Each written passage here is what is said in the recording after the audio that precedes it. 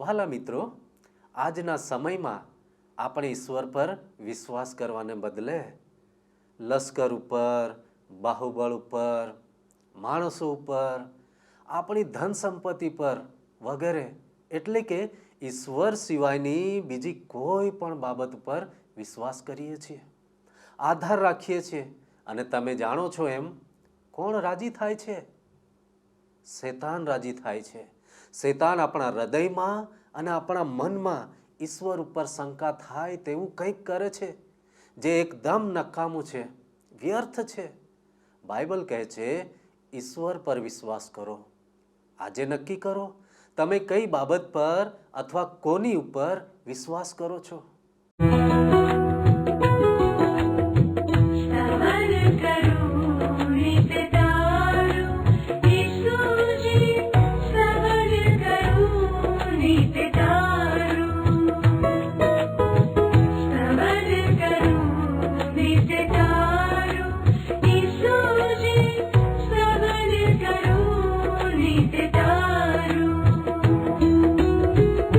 आज सवारे साध सुनी तऊ महिमा करूं प्रभु तारो, महिमा करूं प्रभु तारो, स्तवन करूं नित्य तारो.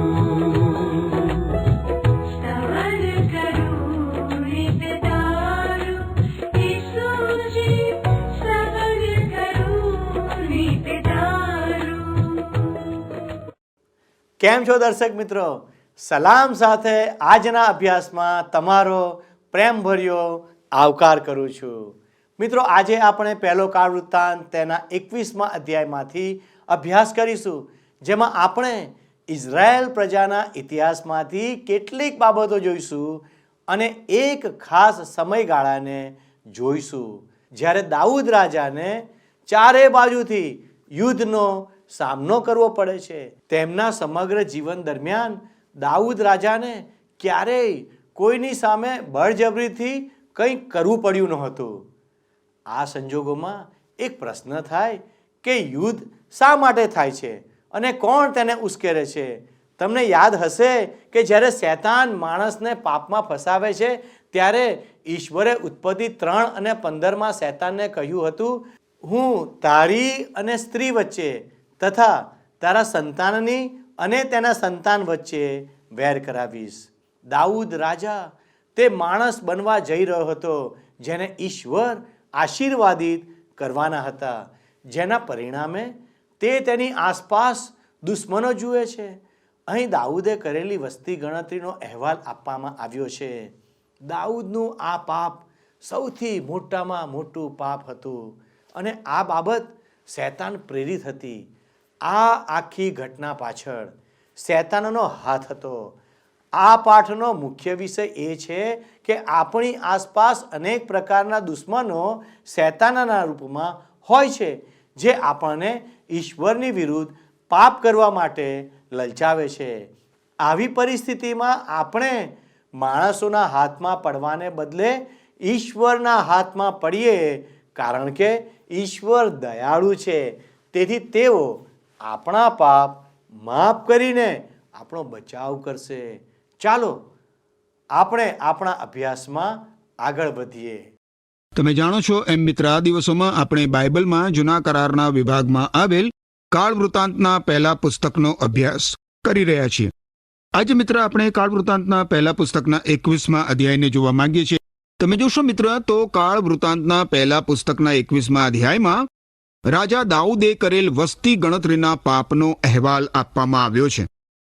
દાઉદનું આ પાપ સૌથી મોટામાં મોટું પાપ હતું. હવે આપણને એમ લાગે કે વસ્તી ગણતરી કરવી એમાં કયું પાપ રહ્યું છે, પરંતુ આપણે ઈશ્વરના દ્રષ્ટિબિંદુથી કાળ વૃત્તાંતના પુસ્તકનો અભ્યાસ કરી રહ્યા છીએ એ તો તમને યાદ હશે જ. અને રાજા દાઉદે કરેલું આ પાપ આત્મિક સ્તરનું પાપ હતું. આ પાપને કારણે દાઉદ રાજાના અને ઇઝરાયેલી પ્રજાના ઈશ્વર સાથેના સંબંધને જરૂર અસર થઈ. તમે મિત્ર મારી સાથે સાથે કાળ વૃત્તાંતના પહેલા પુસ્તકના 21મા અધ્યાયની પહેલી કલમ જોશો અહીં લખવામાં આવ્યું છે કે ઇઝરાયેલની વિરુદ્ધ શેતાને ઊભા થઈને દાઉદ રાજાને ઇઝરાયેલની ગણતરી કરવાને ઉશ્કેર્યો. હવે આપણને ખરેખર શત્રુની જાણ થાય છે મિત્ર. આ બાબત શૈતાન પ્રેરિત હતી. આ આખી ઘટના પાછળ શૈતાનનો હાથ હતો અને આ કારણે વસ્તી ગણતરીનું દાઉદનું પાપ સૌથી મોટું પાપ કહી શકાય. બીજી કલમ જુઓ. દાઉદે યોઆબને તથા લોકોના આગેવાનોને કહ્યું કે જાઓ બેરશેબાથી તે ઠેઠ દાન લગી ઇઝરાયેલની ગણતરી કરો અને ખબર કાઢીને મારી પાસે લાવો કે તેઓની કુલ સંખ્યા કેટલી છે તે હું જાણું. તમને યાદ હશે મિત્ર કે મૂસાએ અલગ અલગ પ્રસંગે ઇઝરાયેલી લોકોની વસ્તી ગણતરી કરી હતી. બાઇબલમાં જૂના કરારના વિભાગમાં ગણનાના પુસ્તકમાં તમે જુઓ તો ત્યાં પણ કહેવામાં આવ્યું છે કે અરણ્યની મુસાફરીના આરંભે મૂસાએ વસ્તી ગણતરી કરી અને અરણ્યની મુસાફરીના અંતે પણ ફરીવાર તેણે વસ્તી ગણતરી કરી. હવે મૂસાનું આ પગલું જરા પણ ખોટું નહોતું. એમાં કોઈ ગુનો માલુમ પડ્યો નહોતો ઈશ્વરને. પરંતુ અહીં તો આ વસ્તી ગણતરીનું પગલું પાપરૂપ છે. ત્રીજી કલમ જોશો. યોઆબે કહ્યું કે યહોવા પોતાના લોક જેટલા છે તેના કરતા તેઓને 100 ગણા વધારો. પણ હે મારા રાજા ધણી, તેઓ સર્વ મારા ધણીના સેવકો નથી શું? મારો ધણી આ કામ કેમ કરાવવા માંગે છે? તે ઇઝરાયેલ પર દોષ લાવવા શા માટે ઈચ્છે છે? યોઆબ એક એવી સૌ પ્રથમ વ્યક્તિ છે મિત્ર જેણે આંકડાકીય માહિતીનો વિરોધ કર્યો. દાઉદ રાજાને આંકડાકીય માહિતી જોઈતી હતી અને આંકડાકીય માહિતીમાં પાપ છે. યોઆબે આંકડાકીય માહિતી મેળવવાનો વિરોધ કર્યો કારણ કે તેને લાગ્યું કે તેમાં અભિમાન સમાયેલું હતું. પરંતુ આ ઘટનામાં અભિમાન ઉપરાંત એક બીજી પણ સમાયેલી હતી મિત્ર. દાઉદ રાજાએ વસ્તી ગણતરી કરાવી તેમાં ઈશ્વર ખુશ થયા નહીં, કારણ કે રાજા દાઉદ ઈશ્વરમાં ખુશ થતો નહોતો. એ તો પોતાની શક્તિમાં ખુશ થતો હતો.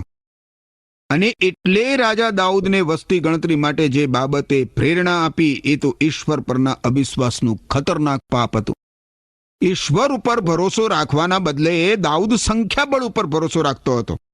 4 થી 6 કલમ આપણે જોઈએ આગળ તો લખ્યું છે કે તો પણ રાજાનું વચન યોઆબને માથે ચડાવવું પડ્યું, માટે તે ત્યાંથી ચાલી નીકળ્યો ને આખા ઇઝરાયેલમાં ફરીને યરૂશાલેમ પાછો આવ્યો. તેણે દાઉદને લોકની ગણતરીનો કુલ આંકડો કહ્યો એટલે ઇઝરાયેલમાં સગડા મળીને 11 લાખ તરવારિયા પુરુષો હતા અને યહૂદિયામાં તરવારિયા માણસો 4,70,000 હતા. પણ તેણે તેઓમાં લેવી તથા બિન્યામીનને ગણ્યા નહોતા, કેમ કે રાજાનો હુકમ તેને ધિક્કાર પાત્ર લાગ્યો હતો. તમે જુઓ મિત્ર, ઇઝરાયેલમાં 11 લાખ જવાનો હતા અને યહૂદિયામાં 4,70,000 જવાનો હતા. મૂસાએ જ્યારે વસ્તી ગણતરી કરી હતી ત્યારે તમને યાદ છે ઇઝરાયેલી લોકોની સંખ્યા કેટલી હતી? 6,03,000ની. હવે દાઉદ રાજા પાસે આશરે 10 લાખ જવાનો વધારે હતા. દાઉદ રાજા માટે આ કેટલો જબરજસ્ત વિરોધાભાસ છે. એક ભરવાડ છોકરા તરીકે જ્યારે તે ઇઝરાયેલી જવાનોની છાવણી પાસે આવ્યો હતો ત્યારે તેણે બળવાન ગોલિયાથને ઇઝરાયેલના લશ્કરનું અપમાન કરતા અને મશ્કરી કરતા જોયો હતો. ત્યારે આ નાનકડા ભરવાડ છોકરાએ ઇઝરાયેલી લોકોની વસ્તી ગણતરી કરાવી નહોતી. એણે લશ્કરના જવાનોની પણ ગણતરી કરી નહોતી. એના બદલે એણે શું કહ્યું હતું યાદ કરો? એના બદલે એણે કહ્યું હતું કે મને ગોલિયાથનો સામનો કરવા દો. અરે, આવું કહેવાની હિંમત એનામાં ક્યાંથી આવી? એનું કારણ એ છે કે તેણે ઈશ્વર ઉપર સંપૂર્ણ વિશ્વાસ રાખ્યો હતો. એ પોતાની ગોફણ અને 5 સુવાળા પથ્થર લઈને ગોલિયત સામે ગયો હતો. મારા મિત્ર, જ્યારે તમારી પાસે 10 લાખ જવાનોનું સૈન્ય હોય ને ત્યારે તમને ઈશ્વરની જરૂર નથી એવું લાગતું હોય છે. પરંતુ જ્યારે તમારી પાસે એક ગોફણ માત્ર હોય અને માત્ર 5 પથરા જ હોય ત્યારે તમે જાણો છો કે તમને ઈશ્વરની જરૂર છે. યોઆબ દાઉદ રાજાનો વિરોધ કરીને તેને કહે છે કે રાજા દાઉદ, આ બધા જ માણસો તમારા છે. તમારે એની સંખ્યાની ગણતરી કરવાની જરૂર જ નથી. ઈશ્વરે જ તમને આ બધા માણસો આપ્યા છે અને ઈશ્વરની નજરમાં તમારા માટે આ માણસો પૂરતા છે.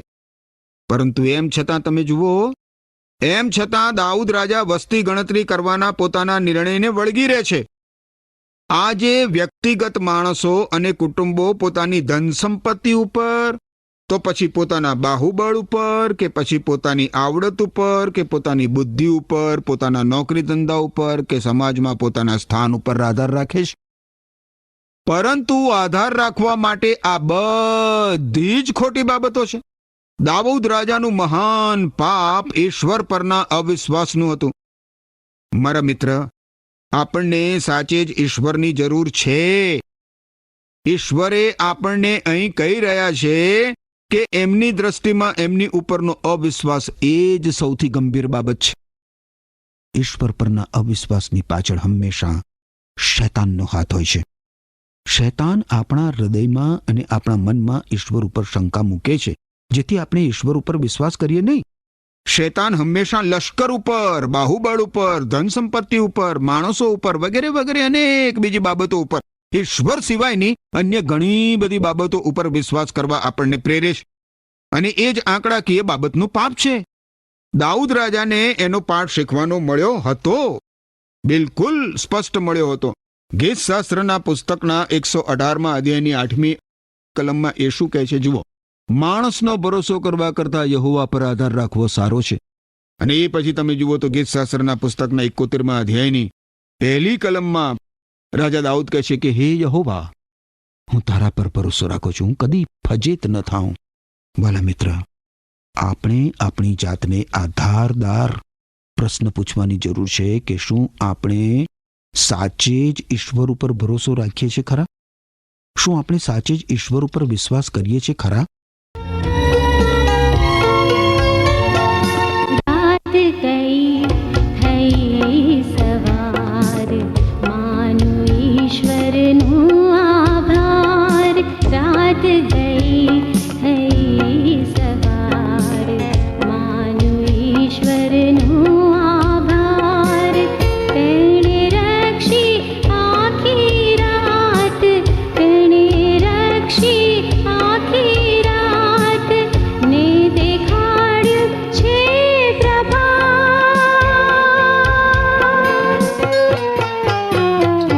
રાત ગઈ થઈ સવાર, માનું ઈશ્વરનું આભાર. બાઇબલમાં તમે જુઓ મિત્ર તો હિબ્રુ લોકોને લખેલો પત્ર એના 11મા અધ્યાયની 6ઠી કલમમાં કહ્યું છે કે કોઈ વ્યક્તિ વિશ્વાસ વગર ઈશ્વરને પ્રસન્ન કરી શકતી નથી. કારણ જે ઈશ્વર પાસે આવે છે તેનામાં એવો વિશ્વાસ હોવો જ જોઈએ કે ઈશ્વર છે, અને જે લોકો તેમને શોધે છે તેઓને તે બદલો આપે છે. પ્રેષિત પાઉલ રોમન લોકોને લખેલા પત્રના 14મા અધ્યાયની 23મી કલમમાં શું કહે છે જુઓ, સાંભળો. કે છે કે તેનું કાર્ય વિશ્વાસ ઉપર આધારિત નથી. તે જે ખાય છે તે સંબંધી તેના મનમાં શંકા હોય તો ઈશ્વર તેને દોષિત ઠરાવે છે, કારણ કે તેનું કાર્ય વિશ્વાસ ઉપર આધારિત નથી. જેનો આધાર વિશ્વાસ ઉપર નથી તે પાપ છે. આ દાઉદનું પાપ હતું મિત્ર. ટૂંક સમયમાં જ એને સમજ પડી ગઈ કે એણે કેટલી ખતરનાક બાબત કરી હતી. કાળ વૃત્તાંતનું પહેલું પુસ્તક 21મો અધ્યાય 7 અને 8 કલમ. આ કામથી દેવ અપ્રસન્ન થયો, માટે તેણે ઇઝરાયેલ પર આફત આણી. દાઉદે દેવને કહ્યું, આ જે કૃત્ય મેં કર્યું છે તેમાં મેં મહાપાપ કર્યું છે, પણ હવે તું કૃપા કરીને તારા સેવકનો અપરાધ માફ કર, કેમ કે મેં મોટી મૂર્ખાઈ કરી છે. હવે ઈશ્વર દાઉદ રાજા સમક્ષ શિક્ષાના પ્રકારની પસંદગી મૂકશે. તમે જુઓ મિત્ર 21મો અધ્યાય 9 થી 12 કલમ. યહોવાએ દાઉદના દ્રષ્ટા ગાદને કહ્યું કે જા, દાઉદને કહે કે યહોવા એમ કહે છે કે હું તારી આગળ 3 વાત મૂકું છું, એમાંની એક તું પોતાને માટે પસંદ કર કે હું તે તારા પર લાવું. આથી ગાદે દાઉદની પાસે જઈને તેને કહ્યું, યહોવા કહે છે કે 3 વાતમાંથી તારી મરજીમાં આવે તે તારે માથે લે. 3 વર્ષ દુકાળ પડે, અથવા તારા શત્રુઓની તલવાર તારા પર આવી પડવાથી તેઓના હાથે 3 મહિના સુધી તારા લોકોનો ક્ષય થાય, અથવા તો 3 દિવસ સુધી યહોવાની તલવાર એટલે દેશમાં મરકી ચાલે, તથા ઇઝરાયેલના આખા પ્રદેશમાં યહોવાનો દૂત વિનાશ કરતો ફરે. માટે હવે મારા મોકલનારને મારે 100 જવાબ આપવો તે વિશે તું વિચાર કર. હવે દાઉદની વાત સાંભળો મિત્ર તમે. આ બહુ જ જબરજસ્ત વાત છે. તમે મારી સાથે જરૂર સહમત થશો કે દાઉદ રાજા એક મહાન માણસ હતો. એ મારા અને તમારા જેવો એક સામાન્ય મનુષ્ય હતો. એ દિશા ચૂકી ગયો હતો. એણે પાપો કર્યા હતા, એણે ભૂલો કરી હતી, પણ એણે ક્યારેય ઈશ્વર સાથેની સંગત છોડવાની ઈચ્છા રાખી નથી. 21મા અધ્યાયની 13મી કલમમાં શું લખ્યું છે? દાઉદે ગાદને કહ્યું, હું ઘણી મુશ્કેલીમાં આવી પડ્યો છું. મારે તો યહોવાના જ હાથમાં પડવું, કેમ કે તેની કૃપા અત્યંત છે. મારે માણસના હાથમાં પડવું ન જોઈએ. દાઉદ રાજા એના ઈશ્વરને જાણતો હતો મિત્ર. દાઉદ રાજા મનુષ્ય ઉપર ભરોસો કરતો હતો, તેથી તેણે વસ્તી ગણતરી કરવાનો હુકમ આપ્યો હતો. પરંતુ હવે એને સમજાય છે કે તેણે શું કર્યું હતું. મને લાગે છે મિત્ર કે દાઉદ હવે વૃદ્ધ થયો છે અને તે પોતાની કિશોરાવસ્થાને યાદ કરે છે, જ્યારે તે પોતાની ગોફણ અને 5 પથ્થર લઈને મહાકાય ગોલિયાત સામે ગયો હતો. ત્યારે તેણે ઈશ્વર ઉપર કેટલો અઠ્ઠલ વિશ્વાસ કર્યો હતો અને ત્યારે તેની સાક્ષી કેટલી બધી અદ્ભુત હતી. દાઉદ આપણા જેવો જ એક સામાન્ય મનુષ્ય હતો મિત્ર. આપણે પણ આપણા ઉદ્ધાર માટે ઈશ્વર ઉપર વિશ્વાસ કરીએ છીએ, પરંતુ આપણા જીવનમાં આવતી મુશ્કેલી અને સમસ્યા માટે આપણે ઈશ્વર ઉપર વિશ્વાસ કરતા નથી. દાઉદ હવે પોતાની આસપાસ પોતાના શત્રુઓને જુએ છે. તેઓની સંખ્યા વિશાળ છે. તેઓ વિશાળ કાય પ્રજાઓ છે અને દાઉદ વિચારે છે કે પોતાનું લશ્કર પૂરતા પ્રમાણમાં મોટું છે કે નહીં. પળભર તે વિસરી જાય છે કે તેનો ઈશ્વર બધા જ જોરાવર યોદ્ધાઓ માટે અને મહાકાય પ્રજાઓ માટે જે દાઉદ ને ગભરાવી રહ્યા છે, એ બધા માટે એનો ઈશ્વર પૂરતો છે. આપણે પણ કેટલી બધી વખત મિત્ર આંકડાકીય માહિતી અને ભૌતિક બાહુબળ કે આપણી નાણાકીય સદ્ધરતા વગેરે વગેરે વગેરે વગેરે એકત્રિત કર્યા કરીએ છીએ. અરે ખરેખર તો આપણે ઈશ્વર ઉપર વિશ્વાસ કરવાની જરૂર હોય છે. આપણે અન્ય બાબતો ઉપર વિશ્વાસ મૂકીએ છીએ. દાઉદ રાજા પોતાના ઈશ્વરને ઓળખે છે અને તે ગાદને કહે છે કે મને માણસોના હાથમાં પડવા દેશો નહીં. મારે તો ઈશ્વરના હાથમાં પડવું છે. મને ઈશ્વરના હાથમાં પડવા દો. આનું કારણ શું હતું? આનું કારણ એ હતું કે દાઉદ રાજા જાણતો હતો કે ઈશ્વર કેટલા બધા દયાળુ છે. આપણામાંના ઘણા બધા લોકો કદાચ આ સત્ય જાણતા નથી. બાઇબલમાં ગીતશાસ્ત્રનું પુસ્તક છે, એના 103 નંબરના અધ્યાયની 11મી કલમ તમે જુઓ મિત્ર, તો ત્યાં લખવામાં આવ્યું છે કે જેમ પૃથ્વીથી આકાશ ઊંચું છે તેમ ઈશ્વરના ભક્તો પર ઈશ્વરની કૃપા વિશાળ છે. અને એ પછી તમે 136 નંબરનો અધ્યાય તમે જુઓ, ગીતશાસ્ત્ર 136 એની પહેલી કલમ જુઓ, તો ત્યાં પણ લખવામાં આવ્યું છે, યહોવાની સ્તુતિ કરો કેમ કે તે ઉત્તમ છે, ઈશ્વરની કૃપા અનંતકાળ ટકનાર છે. જોયું ને મિત્ર, આપણે જોયું એ પ્રમાણે દાઉદ રાજા પોતાની જાતને ઈશ્વરની દયા ઉપર છોડી દે છે. હવે આપણે કાળ વૃત્તાંતના પહેલા પુસ્તકના 21મા અધ્યાયની આગળ 14 થી 17 કલમો જોઈએ. અહીં શું લખે છે? આથી યહોવાએ ઇઝરાયલ દેશમાં મરકી મોકલી અને તેમના 70,000 માણસો મરણ પામ્યા. 70,000 માણસો મરણ પામ્યા. દેવે યરૂશાલેમનો નાશ કરવા સારું ત્યાં એક દૂત મોકલ્યો. તે તેનો નાશ કરવાની અણી પર હતો. તેવામાં યહોવાએ નજર કરી ને એ વિપત્તિ સંબંધી તેને અનુતાપ થયો ને તેણે નાશ કરનાર દૂતને કહ્યું કે બસ હવે તારો હાથ બંધ રાખ. યહોવાનો દૂત ઓર્નાન યબુસીની ખડી પાસે ઉભો રહ્યો. દાઉદે ઊંચી નજર કરી તો પૃથ્વી તથા આકાશની વચમાં યહોવાના દૂતને ઉભેલો જોયો ને યરૂશાલેમ ઉપર તેના લંબાવેલા હાથમાં નાગી તરવાર હતી. ત્યારે દાઉદે તથા વડીલોએ ટાટ પહેરીને જમીન પર લાંબા થઈને તેને દંડવત કર્યા. 17મી કલમ. દાઉદે ઈશ્વરને કહ્યું કે લોકોની ગણતરી કરવાની આજ્ઞા કરનાર શું હું નથી? હા, પાપ કરનાર હું છું. પાપ કરનાર તથા મહાન દુષ્ટતા કરનાર તો હું જ છું. પણ આ ઘેટા તેઓએ શું કર્યું છે? હે મારા દેવ યહોવા, કૃપા કરીને તારો હાથ મારી તથા મારા કુટુંબની વિરુદ્ધ થાવ, પણ તારા લોકની વિરુદ્ધ થઈને તેઓને ત્રાસ ન આપો. દાઉદની આ પ્રાર્થના કેટલી બધી અદ્ભુત છે મિત્ર. ધ્યાનમાં લો જરા. પોતાના પાપ માટે એ સંપૂર્ણ જવાબદારી પોતાના માથા ઉપર લે છે. દાઉદમાં ચોક્કસ જબરજસ્ત પરિવર્તન આવ્યું છે મિત્ર. દાઉદનો આત્મા ઈશ્વર સમક્ષ સંપૂર્ણ નગ્ન હાલતમાં ઊભો છે અને તે ઈશ્વરને કહે છે કે પ્રભુ, ઓહ પ્રભુ, જવાબદાર વ્યક્તિ તો હું છું. મેં તારી વિરુદ્ધ અધમ્ય કૃત્ય કર્યું છે. તારો ન્યાય ચુકાદો મારા પર આવવા દે. હવે 18મી કલમ જુઓ. 18મી કલમમાં શું થાય છે? ત્યારે યહોવાના દૂતે ગાદને આજ્ઞા કરી કે દાઉદને કહે કે તે જઈને યબુસી ઓર્નાનની ખડીમાં યહોવાને સારું વેદી બાંધે. ઓર્નાનની ખડી એ મોરિયા પર્વત ઉપર આવેલી છે મિત્ર. 19 થી 21 કલમો કહે છે, જે વચન ગાદે યહોવાને નામે કહ્યું તે પ્રમાણે દાઉદ ત્યાં ગયો ઓર્નાને પાછા ફરીને દૂતને જોયો. તેના 4 પુત્રો તેની સાથે હતા. તેઓ સંતાઈ ગયા. તે વખતે ઓર્નાન તો ઘઉં મસળતો હતો. દાઉદ તેની પાસે આવતો હતો. તે તેની નજરે પડ્યો ત્યારે તેણે ખળીમાંથી બહાર આવીને દાઉદને સાષ્ટાંગ દંડવટ પ્રણામ કર્યા. ઓર્નાન એની ખળીમાં ઘઉં સાફ કરતો હતો. હવે ઇબ્રાહિમે પોતાના પુત્ર ઈસાકનું બલિદાન મોરિયા પર્વત ઉપર અર્પણ કર્યું હતું. એ તમને યાદ હશે. આ મોરિયા પર્વતની બીજી ટેકરી ઉપર ગલગથ્થા નામની જગ્યા છે, જ્યાં ઈશ્વરે પોતાના પુત્ર પ્રભુ ઈસુ ખ્રિસ્તનું અર્પણ કર્યું હતું. ઈશ્વરે મોરિયા પર્વત ઉપર ઓર્નાનની ખડી પસંદ કરી, કારણ કે એ જ જગ્યાએ ઈશ્વરે ઇબ્રાહિમને તેના દીકરા ઈસાકનું અર્પણ કરવાની આજ્ઞા આપી હતી. અને એ જ જગ્યાએ ઈશ્વર પોતાના પુત્ર પ્રભુ ઈસુ ખ્રિસ્તનું માનવજાતના પાપો માટે અર્પણ કરવાના હતા. હવે આગળ તમે જુઓ 22 અને 23 કલમો. અહીં લખ્યું છે, દાઉદે ઓર્નાનને કહ્યું કે આ ખળી મને આપ, કે હું તેના પર યહોવાને સારું વેદી બાંધું. તેની પૂરેપૂરી કિંમત લે, પણ તું તે મને આપ, કે લોકોમાં ચાલતી મરકી બંધ થાય. ઓર્નાને દાઉદને કહ્યું કે તું તે પોતાને કબજે કરી લે. ભલે મારો ધણી રાજા પોતાની દ્રષ્ટિમાં જેમ સારું લાગે તેમ કરે. જો દહનાર્પણને સારું બળદો, લાકડાને સારું ટપેરવાના રાજ તથા ખાદ્યાર્પણને સારું ઘઉં હું તને આપું છું, હું સર્વ તને આપું છું. ઓર્નાન કેટલો બધો ઉદાર માણસ હતો. એણે પોતાની ખડી ખાદ્યાર્પણ તરીકે પોતાના ઘઉં, દહનાર્પણ માટે પોતાના બળદો અને લાકડા, એ બધું જ વિના મૂલ્યે દાઉદ રાજાને આપવાની વાત કરી. પરંતુ હવે રાજા દાઉદ શું કહે છે એ જુઓ તમે 23 અને 24 કલમ. શું કહે છે અહીંયા? દાઉદ રાજાએ ઓર્નાનને કહ્યું કે ના ના ના, હું તો એની પૂરેપૂરી કિંમત આપીને જ તે લઈશ, કેમ કે જે તારું છે તે હું યહોવાને માટે ફોકટ નહીં લઉં, તેમજ મફત મળેલું દહનાર્પણ નહીં ચડાવું. તેણે ઓર્નાનને તે જમીનની કિંમત બદલ 600 શેકેલ સોનું તોડી આપ્યું. કોઈ પણ જાતનું મૂલ્ય ચૂકવ્યા વગરના અર્પણો દાઉદ રાજા ઈશ્વરને અર્પણ કરવા માંગતો નહોતો. અને એટલે જ 25મી કલમ કહે છે કે તેણે ઓર્નાનને તે જમીનની કિંમત બદલ 600 શેકેલ સોનું તોડી આપ્યું.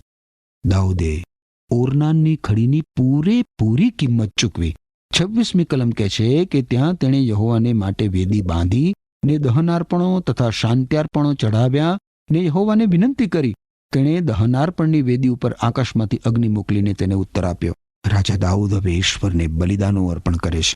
અને આકાશમાંથી આવેલો અગ્નિ સાબિત કરતો હતો મિત્ર કે ઈશ્વરે દાઉદના અર્પણોનો સ્વીકાર કર્યો છે. 27મી કલમ કહે છે કે યહોવાએ દૂતની આજ્ઞા કરી, તેથી તેણે પોતાની તરવાર મ્યાનમાં પાછી ઘાલી. ઈશ્વરના ન્યાય ચુકાદાની તરવાર હવે મ્યાન કરી દેવામાં આવી. પરંતુ ગલગથ્થા નામની ટેકરી ઉપર એ તલવારે પ્રભુ ઈસુ ખ્રિસ્તની કૂંખ વીંધી.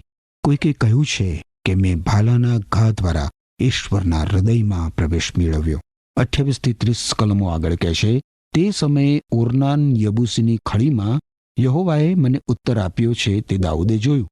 ત્યારે તેણે ત્યાં યજ્ઞ કર્યો, કેમ કે મૂસાએ અરણ્યમાં બનાવેલો યહોવાનો મંડપ તથા દહનાર્પણની વેદી તે સમયે ગિબિયોનમાંના ઉચ્ચ સ્થાનમાં હતા. પણ યહોવાના દૂતની તરવારથી દાઉદ બીતો હતો, તેથી તે ત્યાં દેવને પૂછવા સારું તેની આગળ જઈ શક્યો નહીં.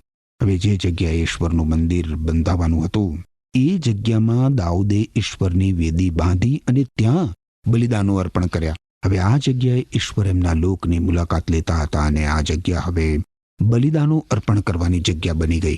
દાઉદ રાજાએ અર્પણ કરેલા દહની અર્પણ એ પ્રભુ ઈસુ ખ્રિસ્તના વ્યક્તિત્વ તરફ આગળ ચીધે છે મિત્ર. અને એ પછી રાજા દાઉદે શાંત્યાર્પણ અર્પણ કર્યું. યાદ રાખો મિત્ર, પ્રભુ ઈસુ ખ્રિસ્ત આપણી શાંતિ છે.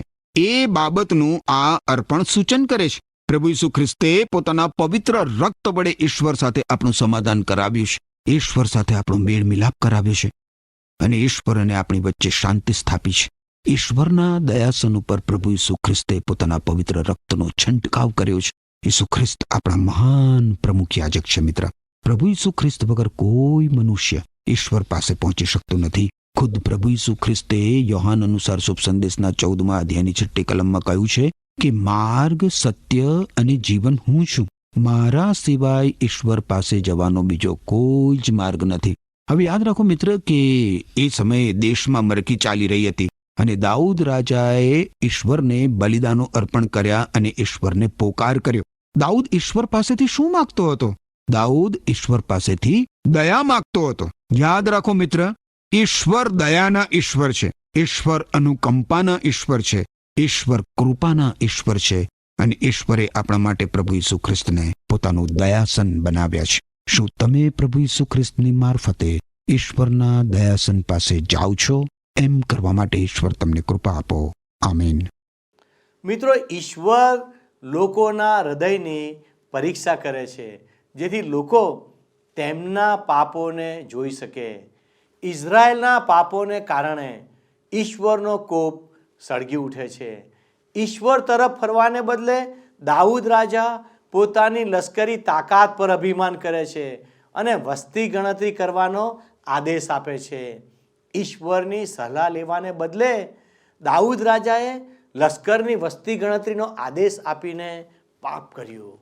દાઉદ રાજા અહીં જણાવે છે કે તેમણે મહાપાપ કરીને મોટી મૂર્ખાઈ કરી છે. બાઇબલ જણાવે છે કે સહગળાએ પાપ કર્યું છે. પવિત્ર આત્માથી દૂષિત થયા બાદ દાઉદ રાજાએ પોતાના પાપોનો પસ્તાવો કર્યો.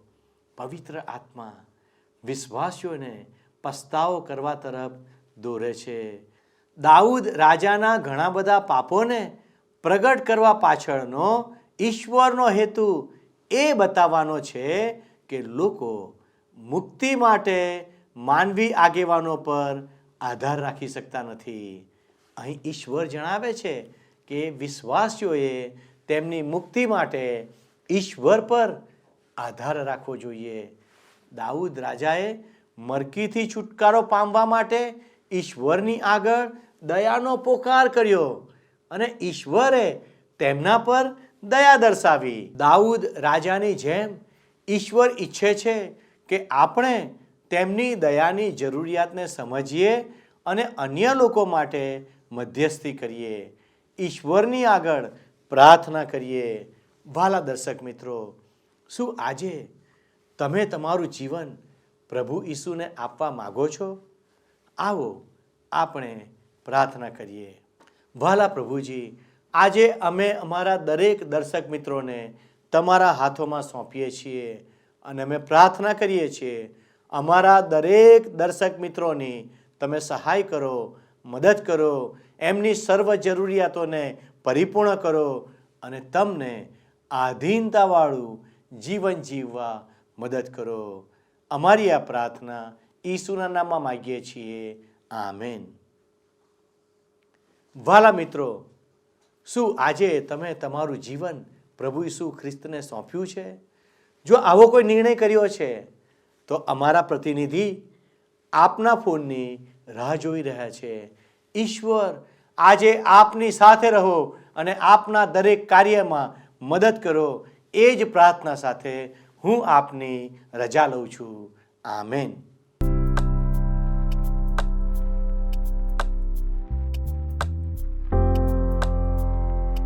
મિત્રો, ગત પ્રશ્નોનો જવાબ છે પાપ.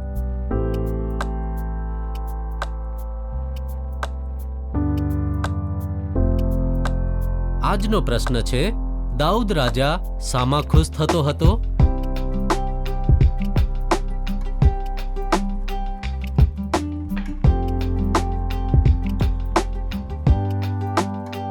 જવાબ આપેલ સ્ક્રીન પર દર્શાવેલ વોટ્સએપ નંબર પર આપવાનો રહેશે. કાર્યક્રમ દરમિયાન પૂછેલા પ્રશ્નોનો સાચો જવાબ આપનાર વિજેતાઓના નામ દર મહિનાના પ્રથમ સોમવારે જાહેર કરવામાં આવશે.